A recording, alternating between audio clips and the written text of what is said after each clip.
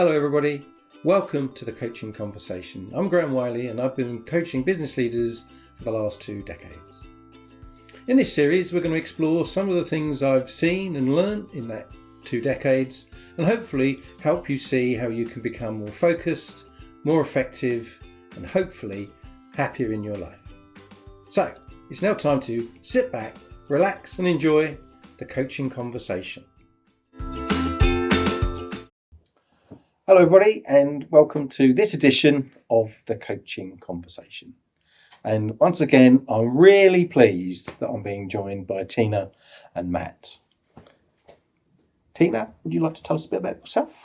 Yes, thanks Graham. My name's Tina Orlando and I coach under Tina Orlando Coaching. I did my training for coaching and certification in the US. I was living in New York for 8 years.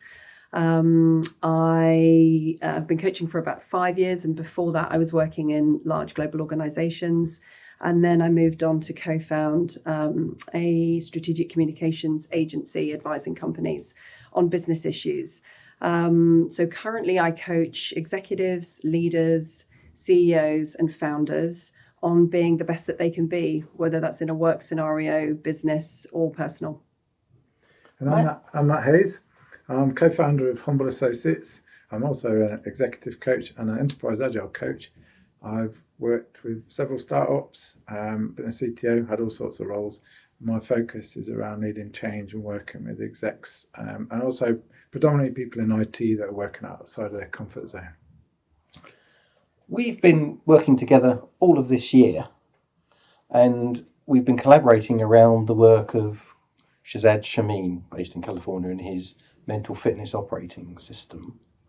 How would you describe that work and how it applies to our coaching practices? It's really interesting. I see it as a way of bringing in some really nice practices to keep yourself, bring it in self-awareness, but also seeing and listening to that voice in your head and the damage it causes to relationships and everything else, and things that you may think other people, you start to realize the impact you're having on it. And then fundamentally the last part, which is about doing something about it. But I think you're pretty good at describing the saboteurs, Tina. Thank you, Matt.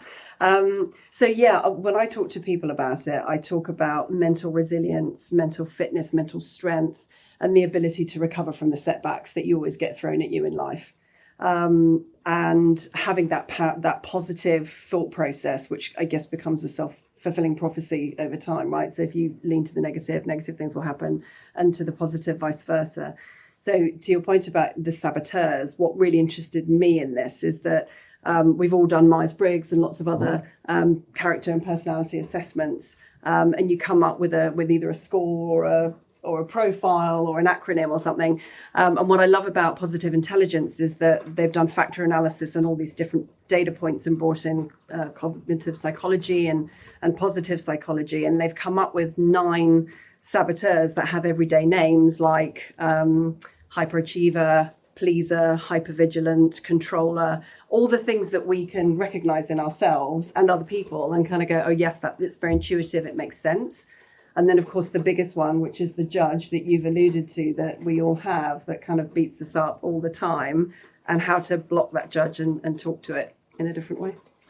Yeah, it's very interesting because we've, as an organisation, the Executive Mindset, we've coached over 100 people through this program just in 2021. And the effect that people have in this awareness, you mentioned self-awareness, Matt, that they realise that they're the people that are putting themselves under stress. They're the people that are actually making themselves unhappy, and that they are therefore in a position to turn that all around if they choose to. And the techniques that Shirzad has proven work are just so simple. And they're a combination, as we said earlier, of so many things, whether it's mindfulness, whether it's meditation, whether it's CBT. There's a whole raft of research that he's pulled together. And then he's put it on an app, which is an absolute stroke of genius, isn't it? So every day you get reminded that you need to be thinking this way, you need to be doing this practice. It's absolutely fabulous. And so from my point of view, I've really loved seeing the transformational change that individuals have been able to bring about for themselves. And that's not a transient thing. This isn't a training course they go on and then it's gone. This is something that they can live with forever. Fantastic. What I really enjoyed about it is the diversity of its uses. I did a pilot scheme with some NHS young doctors. They're under immense stress, and immediately they learned how to apply it and get some new habits that would allow them to stop and think about what it is they're doing. But equally, I've done it with leaders. I work a lot in the agile environment, and this whole part of very difficult teams and interacting with them, and then appreciating how you're coming to that, and being able to almost just step back and see, oh, okay, this is I'm identifying how I'm responding to this, and this is a common practice for me. And then, of course, the great part for us is we're able to coach people on that and help them take things further so they can form new habits that are more congruent with the team to support them. And I think you were beginning to talk there about going beyond business and beyond the team and beyond the role. I have found, and what's struck me personally through being a student of this and through the relationship I have with some of my coachees going through it, is that actually one of the outcomes of it is increased happiness. Yeah. And I don't know any other training program that I've been on that has that as a goal, or seeks to influence that, or has that as a legitimate outcome. And yeah. it's a lovely thing to be able to bring to the executive and leadership coaching, because at the end of the day, we're all coaching humans, and we're all humans, and one of the biggest desires in life is to be happy and enjoy it more. And I love the definition that Shirzad gives of happiness.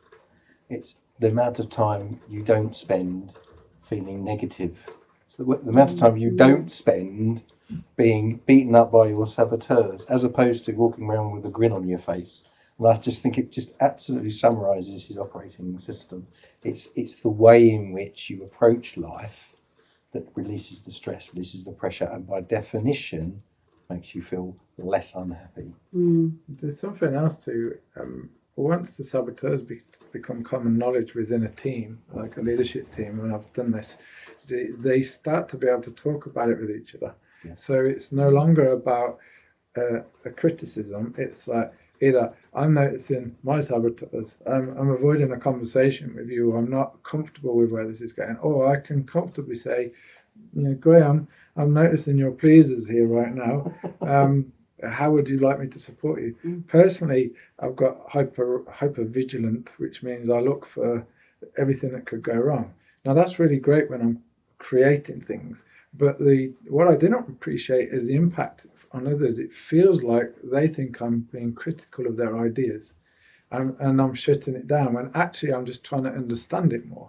And as soon as I explain that, their backs aren't up. They're not thinking I'm trying to criticize or shut it down. They're thinking I'm trying to get some understanding, and I can evolve their ideas further. And I think these different saboteurs, these lenses, they're so accessible. Everyone can immediately pick on, oh, I do that. Even like the simple one of a pleaser in a car, letting someone come through and then getting annoyed when they didn't say thank you. Regardless of whether you've got a pleaser in you, so many people do that and won't recognise, why is that annoying to me? Like, it's them, not me, when actually maybe I should expect not to be pleased. Yeah. It's very much for me about, which is quite liberating, taking responsibility for yourself about all of your emotional responses and reactions to everything. So a lot of us at times tend to kind of reflect or deflect, or well, if that hadn't have happened, my day would be better, or if that person hadn't put me in a bad mood. It's the kind of the relief almost, in a way, where you realize that no, I am in control of all of this. Yeah. And actually life is going to keep throwing all this stuff at me, but it's my decision every time it happens, every hour of every day, as to how I'm going to respond and what I'm going to do as a result of it. And that's just so empowering. Yeah, one of the simplest examples of that I find is road rage. If someone cuts you up on the motorway, depending on how you respond will drive the outcome. You could retaliate. It's likely to end badly. You could ignore it and it'll go away. But it's your choice, isn't it? And life is like that. And what I found with Shirzad's work is it's showing you that your tendency to how you will react through things is entirely predictable, and you can change it. It's all about neuroscience, and you can change it. It is your opportunity to be living a different life if you want to take that.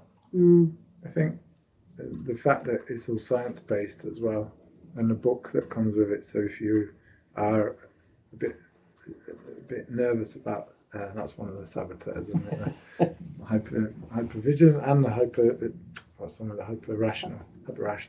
So if you think, you might be thinking, well, I don't get this is all namby-pamby stuff, whatever, but there's a load of science behind it, which is indisputable, and that sort of allows you to sort of go, okay, well, maybe this is, it's not a leap of faith, it's real. There's MRI scans and all sorts behind it, which prove it, and you know, that helps people get over that initial thought of, hang on a minute, what this seems like mumbo jumbo to me, but really with practice, and as you go on, you see it immediately. It's very visible. What is interesting is we came together at the beginning of this year to share and work together and develop our own studies and skills in this. And here we are towards the end of 2021 extolling its virtues. It has not been a waste of our time. It has not been a waste of our money. And it's certainly not been a waste of our clients' time or their money. I think we need to bring it to a conclusion now. So once again, Tina, Matt, thanks so much for joining us on the Coaching Conversation, and hopefully we'll see you again soon. Thank you. Thanks, Graham. So there you have it, the latest edition of the Coaching Conversation. Hope you found it interesting. Hope you found it useful. You can find out more about our coaching programs at theexecutivemindset.co.uk. If you want to reach out, you can send me an email at theexecutivemindset@sagegreen.com. You can book a free 30-minute session at theexecutivemindset.co.uk, which will give you a really good feel for how coaching could help you. And if you've really enjoyed the session, do please rate us, do please give us a review. And nothing more for me to say other than see you next time.